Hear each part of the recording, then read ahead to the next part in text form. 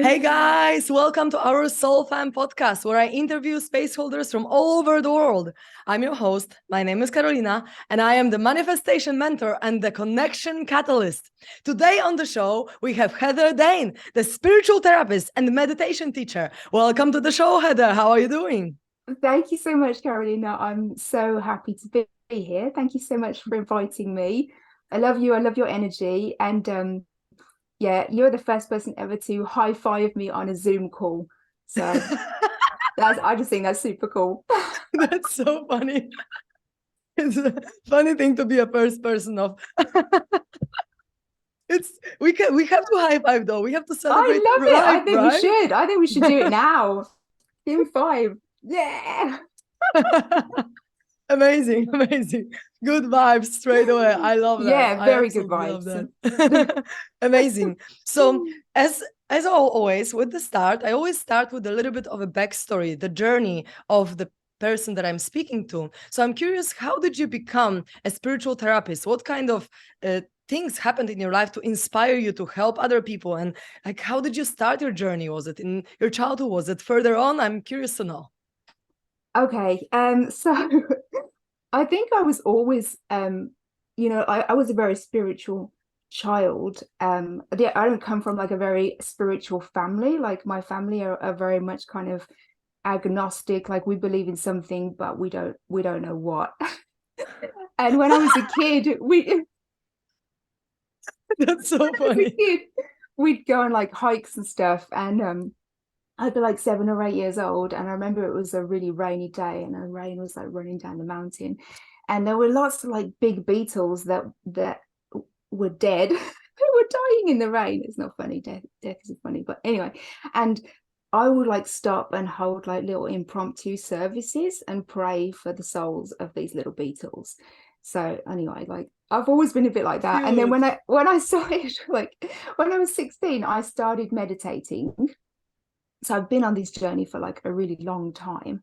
Um, and that was following a group of people that came into our school and basically were talking to us about law of attraction, about visualizing the future, what you wanted, imagining yourself with the right results, feeling relaxed and content while you're taking exams. And I totally related to everything they were saying. And they were like, how do you feel about your future? We want you to be excited. And I was like, yeah, hell yeah, I'm excited about my future. But most people weren't, to be honest. So that was the time in my life when things were good, and I started meditating, and I connected with that really quickly, really easily, as younger people usually do. It's harder when we start meditating when we're in our 20s, 30s, 40s. When you're like 16, you're like, okay, yeah, I can just sit down and do nothing. It's not that difficult. Um, and that kind of opened doors to other things, as meditation tends to do. So from there, when I was 17, I started attending meetings with a Hindu guru with a friend of mine who was a Hindu. And I absolutely loved that. And my mum came with me because she was like, this sounds a bit dodgy. I don't want you, this sounds a bit secty. Like, I'm not having you doing this without me coming along. So she came with me, and she absolutely loved it as well. She was like, I just can't believe how much like love and peace radiates from this person. I was like, I know, it's amazing, isn't it? And then when I was 22, I did Reiki. I was Reiki tuned, did Reiki 1 and 2. And then I moved to France to be an au pair just for 1 year, because there was a lot going on back home in Birmingham in the UK. And I was like, oh, I need a big change. And the only kind of thing that came to me is like, what do you want to do with your life? I didn't really have an answer to that, but I did know that I wanted to be in Paris. I was like, I want to be in Paris. So this was kind of the only way to do it. So I moved to Paris to be an au pair for 1 year. And I'm still in France now. So I spent 10 years in Paris in the end. And now I live in the southwest of France, and we've been here for 11 years, I think, this year. Um, so that's kind of the start of my journey. But then once I moved to France, then I was sort of cut off from everything spiritual. And, I no longer meditated because now I had like a proper job, and like, I don't have time for this anymore. And it didn't seem that important. Like this, the meditation, the Reiki, it didn't seem like it was that important. So I just stopped it all. And I didn't have anyone else that was doing that. I didn't have any kind of community. I didn't have a group. I didn't even have friends that were into any of that stuff over here. And so I made the mistake of just stopping it all.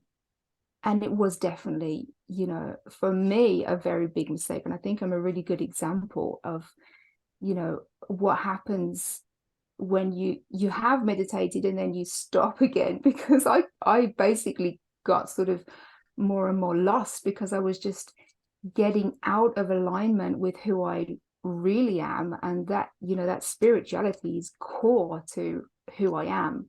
That's like a really important part of what makes me me. So I moved away from that, and I stopped meditating from the age of 23, and I started again when I was 39 or 40, around then, a few years ago. And basically it was because I'd got to crisis point, because I had kind of all this pain that I'd accumulated through my life that we can call trauma. Trauma is basically just pain that has changed the way you think, feel, behave, like, and show up in the world. And I hadn't dealt with any of it. I just like shoved it in a corner of my brain and been like, okay, I'm not going to let any of that stuff stop me. I'm strong enough, I'm smart enough, like that doesn't matter. I'll just keep going. I'll like put my head down, I'll work hard. I'm not going to let any of the things in my past like stop me from being happy. And maybe we'll come on to that later. That's like, a big error in thinking. That's absolutely the opposite of what we need to do. But that's what I did. So I got to the point where I was basically just kind of not very content, not very satisfied in my life. And then COVID, and I was working in international events at the time for myself.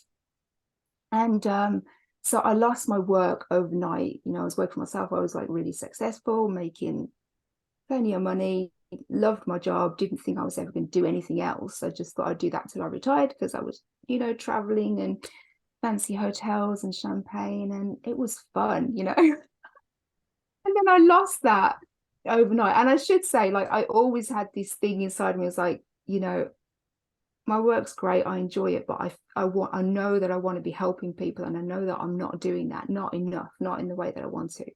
And so I always had, that was part of the dissatisfaction. It's like, I'm not doing what I know I could be doing, and what deep down I actually want to be doing. And so I was in a very strict lockdown in France with a 1-year-old and a 2-year-old at home, and a relationship that needed some work, which has now been, which is now like so much better.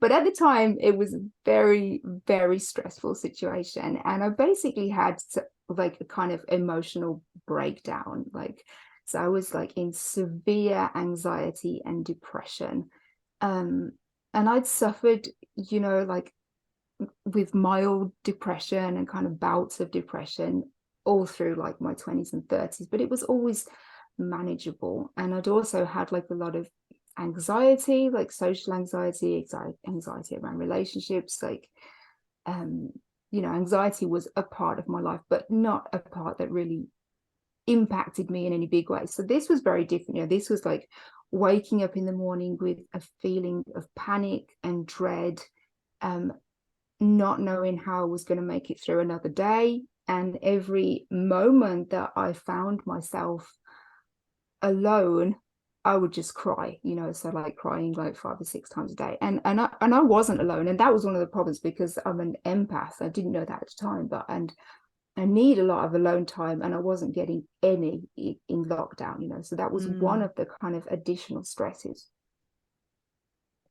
And so that's when I came back to meditation. And a lot of people do come to either for the first time, or maybe they come back to it when they've reached a kind of crisis point. in their lives. And that's okay, you know, that's normal. Like, so, you know, some people say like, well, you know, we should be turning to source or God or the universe or whatever you want to call it, you know, when we're not struggling. And once you have that connection and it's a big part of your life, 100%, like I'm never turning my back on that again. No way. But it's normal and okay for it to take a crisis to get there. So I had my little crisis. I started meditating again out of just desperation. I was like, I can't do this anymore. And the only thing that was really getting me through the days was alcohol. And I wasn't drinking a lot. It was the reasons why I was drinking, you know, and it was the fact that the whole rest of my day really felt absolutely unbearable to me until I got to like, you know, 5 or 6 o'clock when I allowed myself to have a drink. And I was like, okay, I can just about do this. And on the day I started meditating, I actually had a drink at 11 o'clock in the morning. And I said to my partner, I was just like, you know, I was basically in like, you know, fight or flight, you know, completely activated nervous system. And I was just like, I can't do this. I can't do this. And I was like, I'm thinking about having a drink and I know how bad that is, but I just don't feel like you know, I've got no other way to cope. And he was like, well, maybe you should just do that then. So I had a drink. And then I spoke to another friend of mine and she said, have you thought about meditating?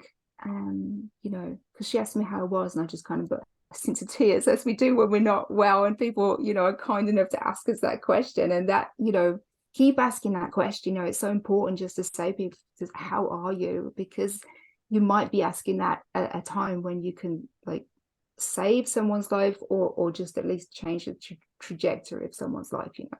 So she said, how are you? And I kind of like everything came out. I was like, no, I'm like nothing's okay. And so I started meditating just 10 minutes like every day. That's all. I didn't go off and do some retreat and sit in meditation for an hour or two. I started meditating for 10 minutes. And after like even a few days, like certainly after a week, I started to feel something lifting. I felt just a little bit of relief, you know, I felt a little bit better. And from the state I was in, like that was so precious to me. Like this, like I could see like a speck of light here. Like I've got, you know, I'm remembering like a sense of my optimism. I'm feeling like there's some hope here. And so I kept going, you know. I just meditated every day. And now I meditate every day. I've been doing that since May 2020. And there's no way I would ever stop because my life just continues to get better and better and better. Sorry, that was a really long like explanation, introduction, whatever. It's a beautiful story though. Like I was super into it because it's amazing how sometimes like one person can change our entire life, right? Like Exactly. I also had this one person that changed my whole career pretty much because she put me on the path to first meet Teal Swan in person and then to actually meet Bruce Lipton in person as well. And so I Yeah, believe that sometimes like it's a butterfly effect and one person even totally. asking you a question, how are you, as you said, can just change everything, It right? did, yeah. Asking you a question like, oh, have you tried meditation? And then you just try Yeah. it and then you're pretty And much like good.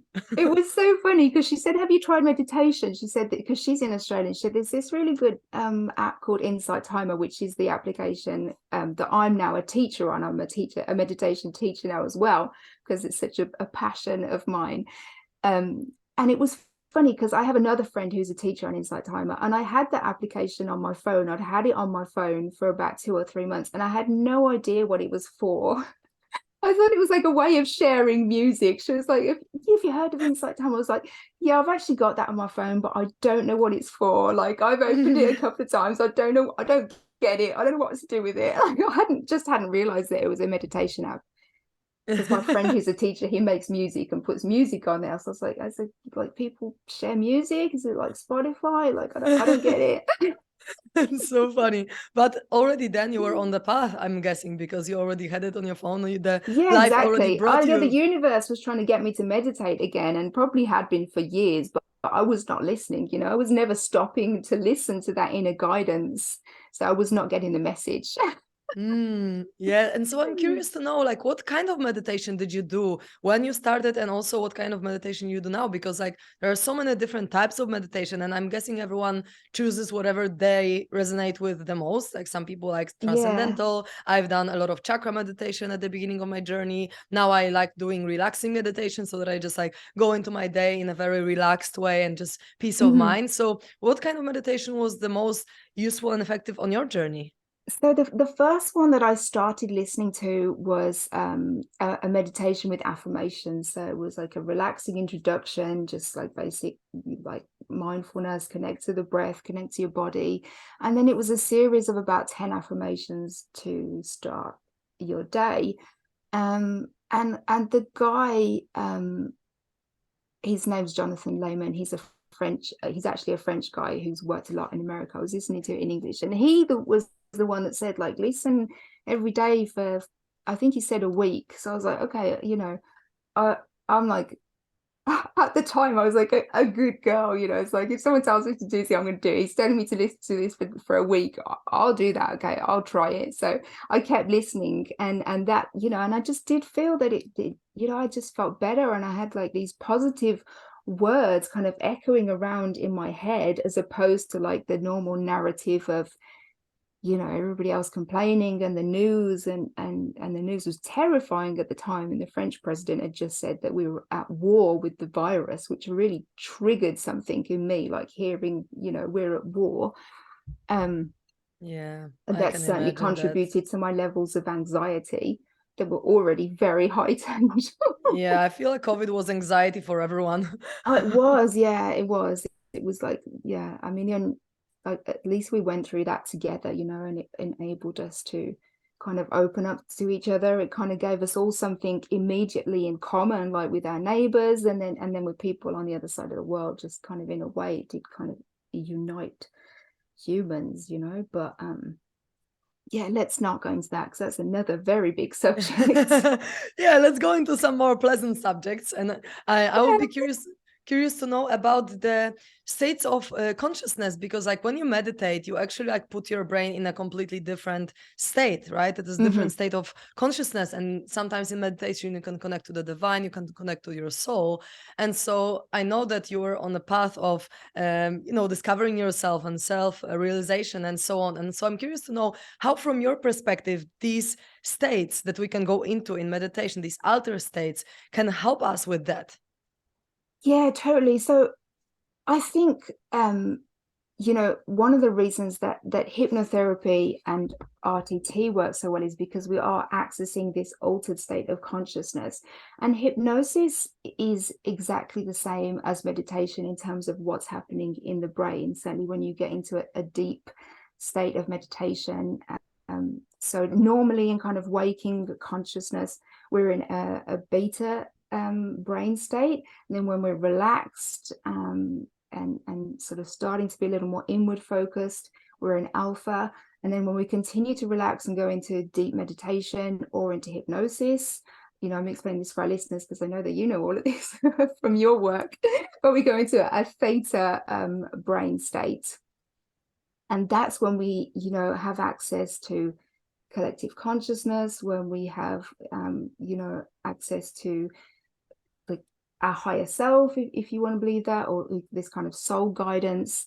um, and we can get these amazing insights into ourselves, into kind of our understanding of what we've been through. So you can do a lot of work by yourself in meditation, because when you get into that, theta brain state, you're just going to get sort of hits of understanding. And it doesn't really matter where you think that's coming from, whether you think that's kind of guidance from God or from your spirit guides, or whether it's just your soul talking to you.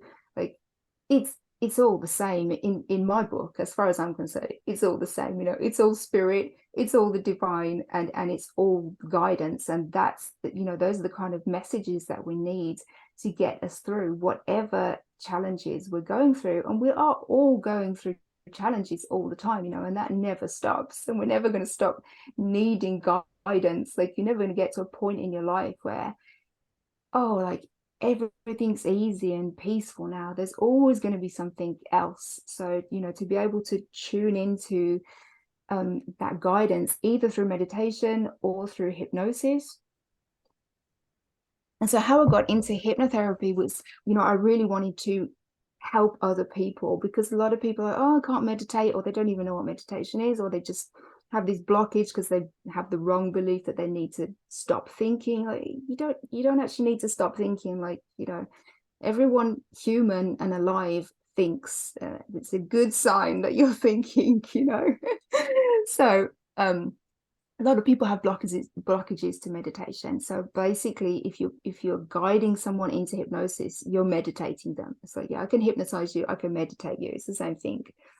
And once people are in that very relaxed, connected, inward focused state, then in a therapeutic setting, you can have conversations with them, because that's what we do. I mean, I do rapid transformational therapy and hypnotherapy, and so RTT is kind of it takes elements of neuro-linguistic programming and cognitive behavioral therapy and psychotherapy, and kind of brings them all together. So we're very much talking through a lot of things. So we do a regression to childhood, we do it's like inner child healing. There's a lot of different kind of modalities that come into that, but we're talking all the time. And when you're talking to someone in hypnosis or in meditation, they're just not going to give you the same answers as they do. So we have people that have been going to like standard talk therapy sometimes for decades, without exaggeration. Like, Oh, some yes. people, it's possible to do that, or at least for years. Like, plenty of people have been like, yeah, I've been talking to a therapist for 2 years, and maybe they've been spending like 50 to 100 euros or dollars or whatever every week, and not really got anywhere. And actually, if you're not talking to the right therapist, it can actually even do more harm than good. And some people are talking to therapists and like, yeah, it doesn't, I don't feel like it's helping. But if you don't feel Yes. like it's helping, it's probably not helping, and look for something Exactly. else that is a better fit for you. Don't just keep going back there and be like, oh, I need therapy, so I'm just going to keep doing it. It's like, no, like, one size does not fit all. Like, there are other ways for you to get help. You might find that like energy healing or hypnotherapy is a better fit for you. So yeah, you can go to talk therapy and talk about your problems, but what I think is like, actually, like, talking about our problems is the same as thinking about our problems, and that's not how we resolve our issues. We need to feel through. Like, talking about things can sometimes make them worse. Like, I mean, it is good to talk. I guess it depends also where someone is, because like for some people, they can't open up to show their childhood traumas before they actually go and talk to someone. Like, they need to build the Yeah, trust. And so for some people, starting with talk therapy might be good, because then they can like open that's up and true. start talking about their problems. But to me, it's kind of like a kindergarten of therapy. You Yeah. know what I mean? Like, you go to kindergarten if you can't speak up, if you feel like your throat is blocked and you can't express emotions at all, you go to talk therapy. And then when you open up, when you can speak, then you go to a therapy that brings you to your childhood traumas and actually makes you feel. Because Yeah, I and can actually understand that for takes. some people it could be a start, a good Yeah, no, start, you're but it's right. And not actually, and I'm not, resolving I don't things. mean to say that like talk therapy is always bad by any means. Like, it could do a lot to help a lot of people. It's just that some people, if they've been in that for a long time Yeah. and they're not really getting anywhere, then I would say, maybe try something else, Yeah, because maybe go to primary school or high school. next step, next level up now. Exactly. Because people have issues, like, and they have no idea what is, somebody like, all my relationships fail, like, I'm terrible at relationships. And you could talk to them and say, well, if they're in a normal waking state, it's related to their subconscious mind. So they're not going to be able to tell you why. They have no idea why. But the fact that they don't know why does not mean that there's not a reason why. There is a reason why we do everything we do. Yeah. And a lot of people, they don't know their reasons. Like, there is no, I'm just like that, I just do that. And I've been like that in the past, like maybe people who like pick their fingers because they're nervous, and they have no idea why they do that. If you put them in hypnosis and ask them why they do that, they can tell you. And I just find that incredible. That just blows me away. Yeah, it is amazing how we can trace back to the childhood experiences, and then it's Yeah. all clear for us, right? Like we get Mm. conscious of what is in It's our all subconscious. connected, and people Yeah. like they light up. So during the session that they have like multiple kind of light bulb moments, what we can call these aha moments or like insights. And then after the session, like frequently, people are noticeably different. Like a session usually lasts an hour and a half, and something shifted in them. Their energy has changed. They're lighter, they're brighter, and they're like, wow, and they're just so grateful. People like, thank you so much, like that. That was amazing. And it's just such, like, I'm so like honored to be able to do that, like to be able to help people in that way, to accompany them, because it's coming from them. Like, we're not healing anyone. Like, it's really important to say that, like, all healing is self-healing, so we're just like facilitating, like, showing them back towards the path, their own path that they're going to choose. They've got all the power, that they're the one in control. Yeah, And it's beautiful. It's it is beautiful that we can be beautiful. It's so guides beautiful. It and is. everyone is their own It's healer. incredible. Yeah, it's such an honor. Yes, it is. And so also I would love to touch upon these topics of like mind body connection, because we had a session swap when we did sessions for each other, and we were working on some Mm-hmm. physical issues and how to get to the roots of the physical issues that are emotional. And I really believe that all things are emotional in terms of like maybe not mechanical issues, but even mechanical issues, I believe that they are happening for a reason, because we have some energy that attracts these things into our life. But let's talk Mm-hmm. about these kind of physical issues. Like, for example, we've been working on my UTI, the urinary tract infection. And Mm-hmm. I wanted to talk about like these things because, for example, with me healing the UTI, it was very much about the fear, very much about the anger. And actually, the other day, just a week ago or so, I had the session with a friend of mine who is a psychic medium. Mm-hmm. And she told me that at this point, because I've been healing so much and it's been lasting for a few months now, not massively, but like there was still something there. She actually Mm-hmm. presented this new perspective, this new feeling, if you will, of why it is still happening. And she told me that I have an energy that like really wants to, for example, heal, and like tried so hard to heal it and to do something and to change my state of being. But then it's kind Mm-hmm. of like pushing, but at the same time there's another part of me that kind of wants to not do and contracts. And it's kind of like the urine is kind of like a flow, but and it kind of like flows so much, because like I have to, when you have a UTI, you usually go to the toilet like a lot of times, but then Mm-hmm. you also like not really fully pee, so you kind of like contract, so you stop it from flowing. And it's Yeah, just it was such a it's aha really moment for me. interesting. Yeah, Yeah. like it's kind of like a push and pull energy at the same time. So that's why like I couldn't fully like have the flow just as it is, because I was like pushing so hard and trying so hard to make things happen Mm-hmm. or to heal or whatever, that I Maybe just there needs to be a wasn't. little more acceptance, like. Exactly, and a little more flow, just like leaving it up to life how it goes, rather than me trying to do something, Mm-hmm. right? Because like if you're like, okay, I have this pain in my body, I have to do something about it, I have to do this and that. And I was doing all these things like bioresonance and supplements and all these things. But she was Mm-hmm. like, what if you just stop pushing anything? What if you Yeah. just like let the flow take you wherever? And if the emotion comes, go for it, but don't push anything. Don't, Mm-hmm. meditate so like let's say strictly, like okay, strictly like I have a routine, I have to do this. But what if Yeah. you just like let it go? And so for the last week or so, I'm just like, okay, I'm not doing anything like this. I'm Yeah. just gonna, of course I'm supplementing a little bit, and here and there I'm doing something, but if I feel like this Mm-hmm. is aligned, right? And it's Yeah. just so interesting how, and I feel it's getting better. Actually, I Good. feel like it's Good. only a tiny little bit left, Mm-hmm. which I feel is so amazing, because like sometimes if someone even just tells us, or if we answer to ourselves, like what's the, let's say, childhood experiences that caused this, or when did you feel like this for the first time, and so on, we can get to the understanding, and sometimes even just conscious awareness of it, of what's in the subconscious, already Mm-hmm. can change everything, right? It We don't can. even Yeah. necessarily sometimes have to go through extreme traumas, although I believe that we should, because it's like really helpful. But sometimes even just knowing what it is can help us just move through it. And so, having said all that, I'm curious to know about like how you found in your life the mind body connection, and the examples of how it played out in your life, because I know that you've had these examples just to show the people how this can be interlinked, right? Like how the Yeah. physical issues can be actually linked to how we feel. Yeah. Okay. So, so just as like a brief introduction to where I'm at now for anybody listening. So, I was diagnosed with progressive secondary MS, multiple sclerosis, in May 2021. So, like a couple of years ago, nearly. And how that showed up in my life was not being able to walk, like extreme fatigue, which is the case, like, you know, more or less across the board with MS.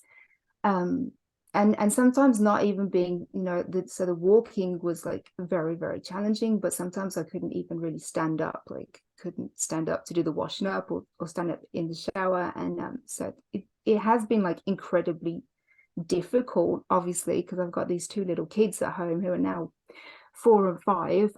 Luckily, like my partner is like, you know, massively supportive, and it's getting better all the time. So I have to like touch wood when I'm saying this, but my energy levels are like so much higher, and like it's definitely getting better all the time. Whereas, you know, Western medicine says that it shouldn't, like it should, you know, they told me that the medication is only going to stabilize, and that they, like, you know, there's no hope. I was actually told, like, I can't let, my doctor said, I cannot let you hope and believe that you'll get better. That made me so mad. Seriously? I was like, you better fucking let me hope and believe what the hell I want, because that is the only way I am going to get better. Like, don't tell me what to believe. Oh my God, seriously? Yeah, seriously, That's seriously. crazy. I know. Sorry, it gets me fired up. Um, I can imagine. Come on. yeah, no, it's really like at the time. So, but at the time that was devastating. You know, like I'm laughing about that now, and like, yeah, I overcome that, and I'll be like, yeah, I'll show you like that.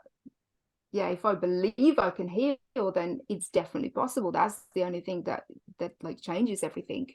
But at the time, it was devastating to hear that, because, you know, I'd not long ago had this very frightening diagnosis. And then somebody's telling you, not only have you got this thing, but I knew that, like, in theory, you're not supposed to get better. Obviously, I knew that. But I was hopeful, you know, I was hopeful um, and determined. And so for somebody to actually say to you, I can't let you hope that you're going to get better, like that, like threw me into, you know, a very sad state for at least several hours. Like I just cried for several hours, and then, like, you know, meditated, journaled, like wrote him a letter which I would never send. I think I posted it That's a on great way to Instagram cope with it. though. So that is where that's where I'm at now. But this actually started, so when we say secondary progressive, so MS is either like remittent reoccurring, so that's when you kind of have episodes, and then it gets better, and you like recuperate your health completely, and then it gets better and worse. And then the other one is when you get MS and it just sort of, in theory, gradually declines.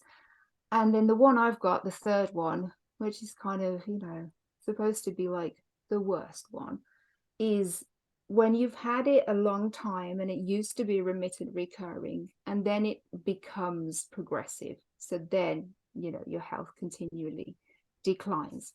So my first episode of MS, my first kind of, I don't know if it's not a relapse because it's the first one, but and I'm in France, so you know, my vocabulary is not always that good. So although I'm English, my English isn't always that great, weirdly. Mine either. No worries. Well, yeah, I know. You're doing amazing. English is perfect. And yeah, so I had the first episode. That's the word I was looking for. First episode when I was 15, following a abusive relationship that I was in for a year and a half with an older man,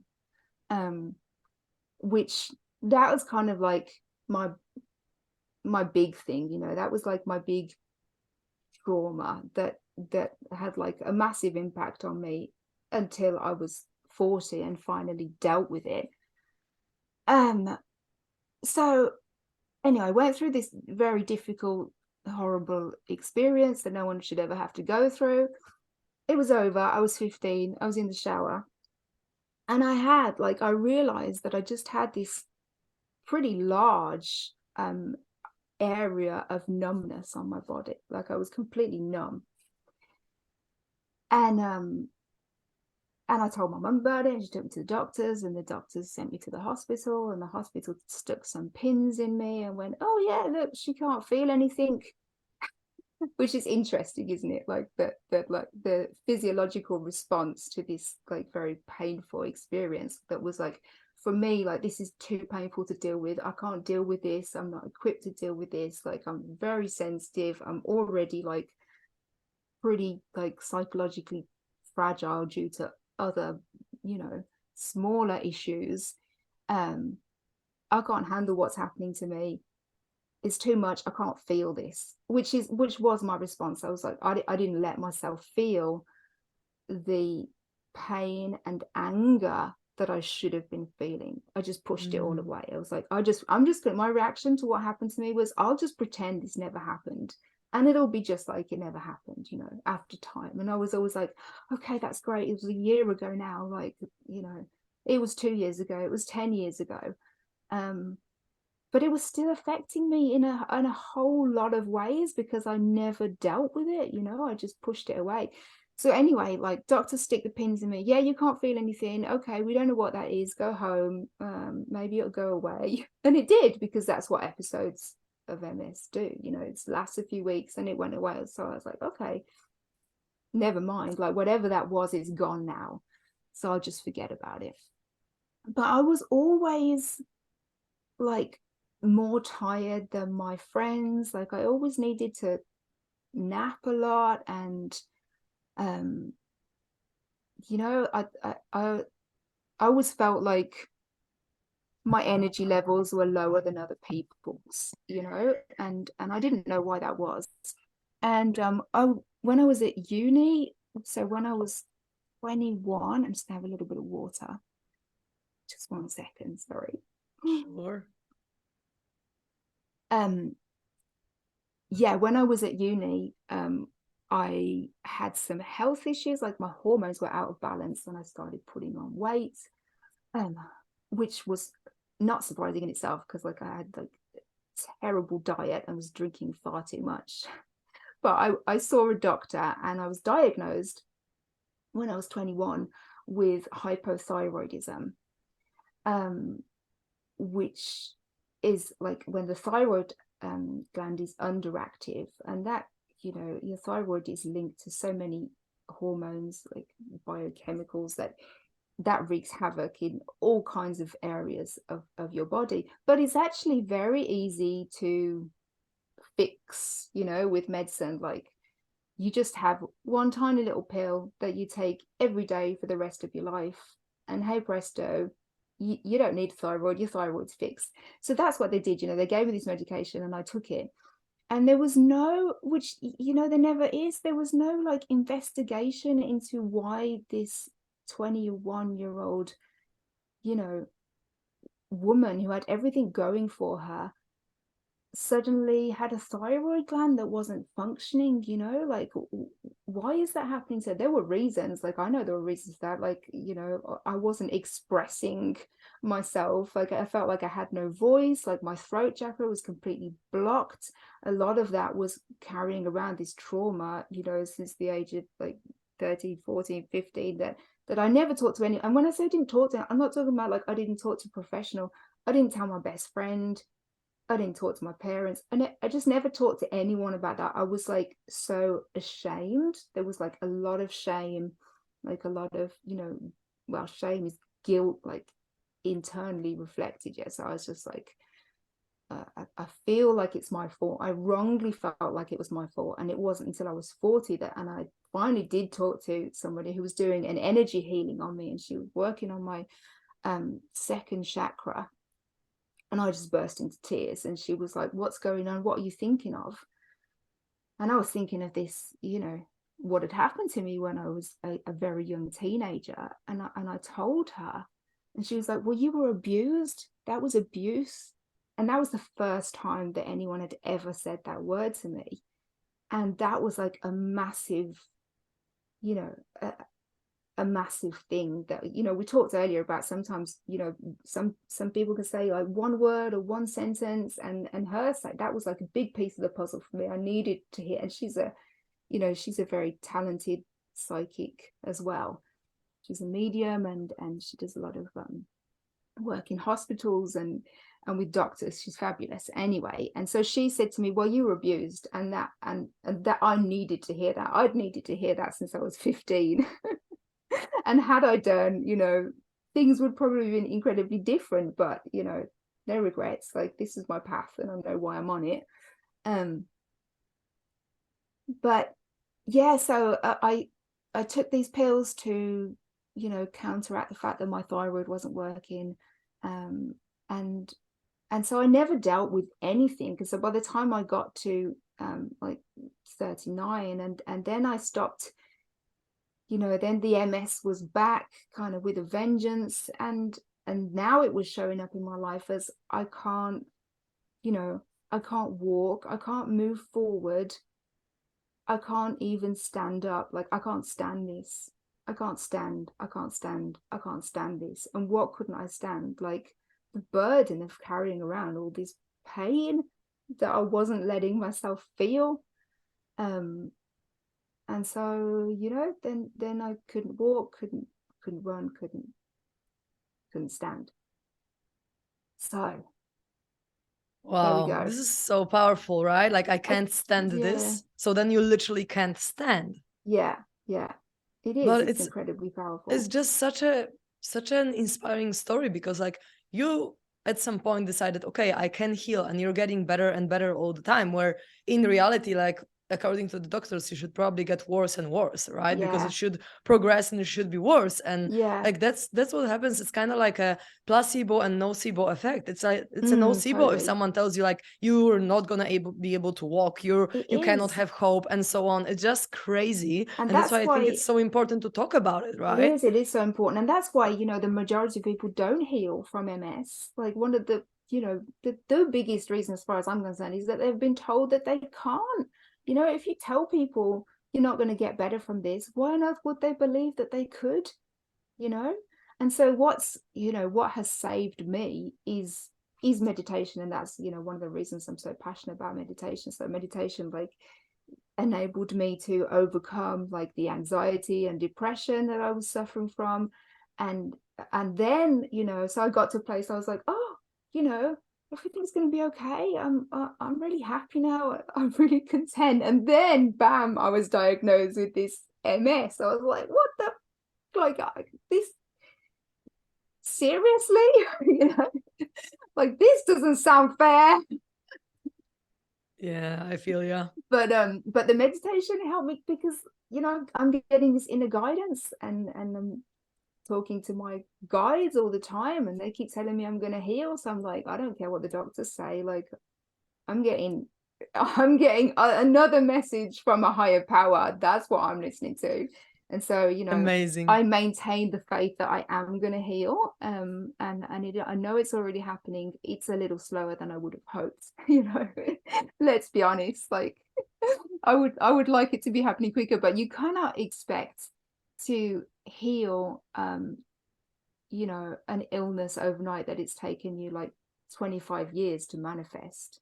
Exactly. That's what I always say. Like, you can't acutely heal chronic illnesses. Like, you need chronic healing for chronic conditions, Exactly. Like, right? it's going to take some time, and that's okay. And but it's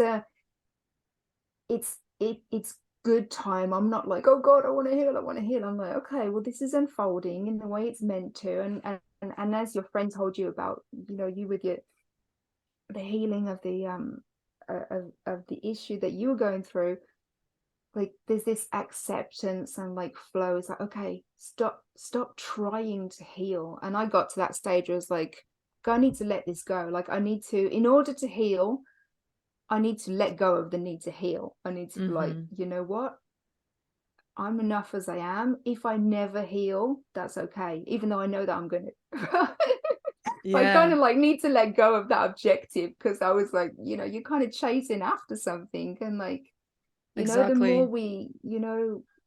we both know that when, the more you're kind of chasing after something, like you're focused on the absence of that thing in your life. So by wanting it too much, you're actually focused on the absence of your health. But that's really hard to do when it comes to your health, isn't it? I mean, you Mm-hmm. know that as well. Like Yes. And it's incredibly also not hard to to come let from go.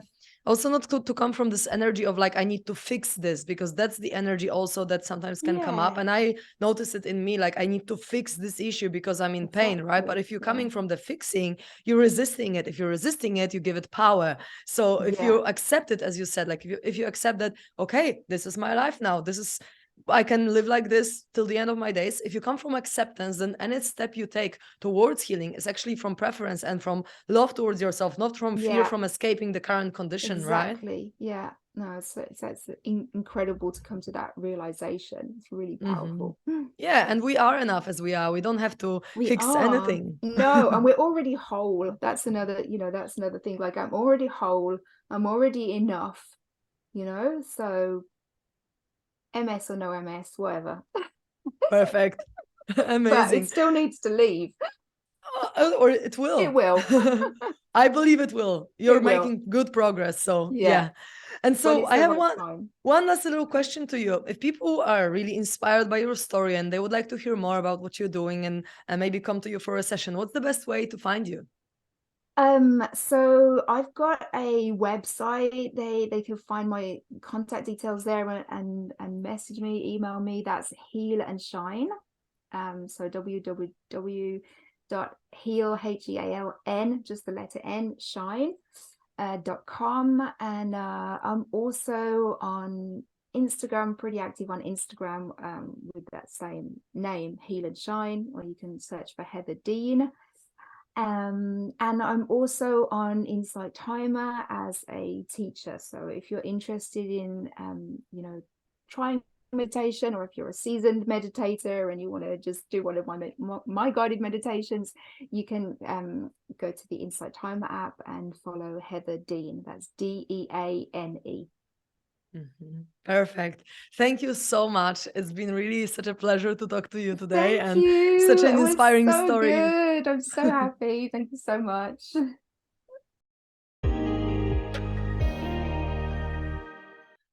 Thank you, my beautiful souls, for being with us, watching us, or listening to us. It's a pleasure to run this podcast for you, really, truly. It's been such an amazing conversation. And if you'd like to contact me, ask me something, or come for a transformational healing session, changing your beliefs, or releasing your emotions, working with your childhood experiences, or if you'd like to learn how to manifest things in your life, please contact me at theconnectioncatalyst@gmail.com, or you can find my website www.connection-catalyst.com. And I'm just so grateful for you, because you are the ones that we are doing this for. So thank you so much, and I wish you a beautiful day.